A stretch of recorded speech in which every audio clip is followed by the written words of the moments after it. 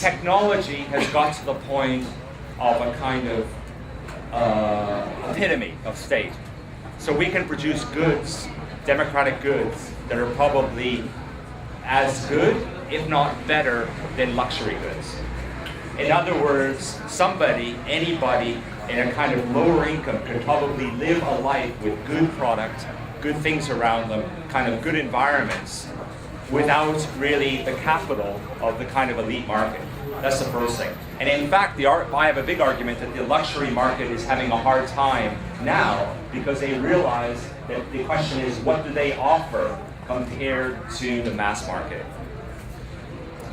You know, a lot of people that say to me, they say strange things to me. They say, journalists do this a lot. They say your work is kind of childlike sometimes.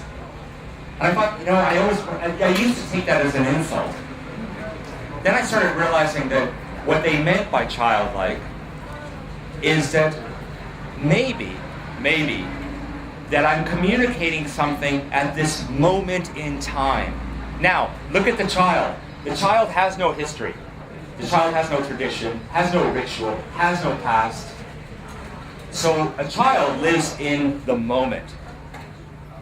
The child is there now.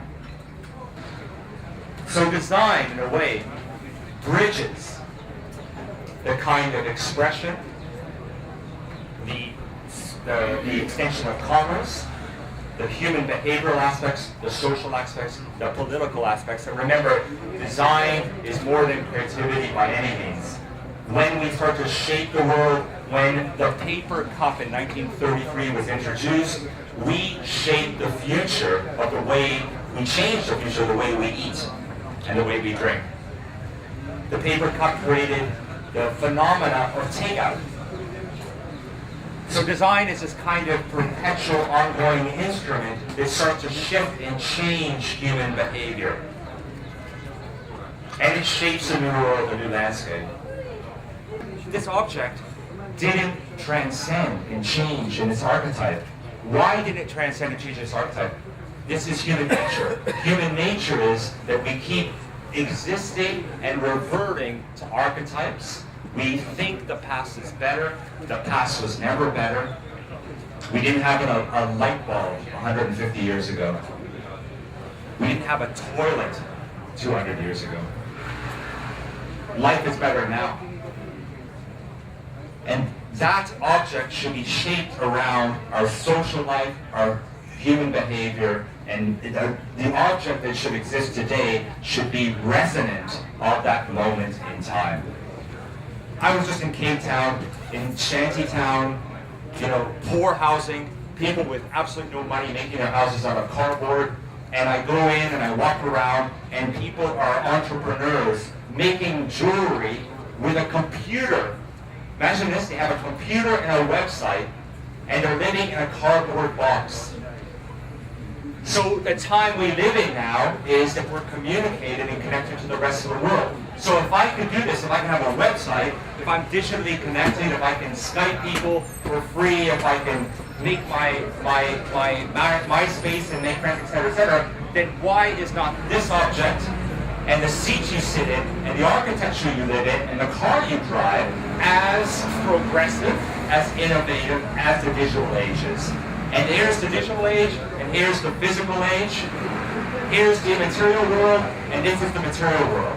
The material world has to catch up to the immaterial world. And the immaterial world has an aesthetic. And the material world has to find that aesthetic to catch up to the material world.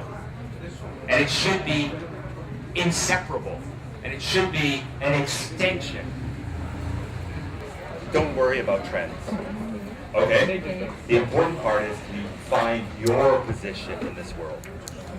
What you are going to contribute. That's what's important. Okay? Don't worry. Because usually trends are kind of flippant. They last for a moment. So you have to find your self-expression. It's not a happy job. I think a lot about what I do. It's a lot of work. It's an underappreciated profession. It looks glamorous, it's not glamorous. And you know what? It's a lot of perseverance. You know, everybody says, how on earth do you put 3,000 products into the world? I think the 3,000 products were probably 20,000 ideas. You do a lot, very little gets to market. A lot of companies talk about innovation, and then at the last minute, they're not the least bit interested in innovation. So it's a tough profession. You have to work really hard at it.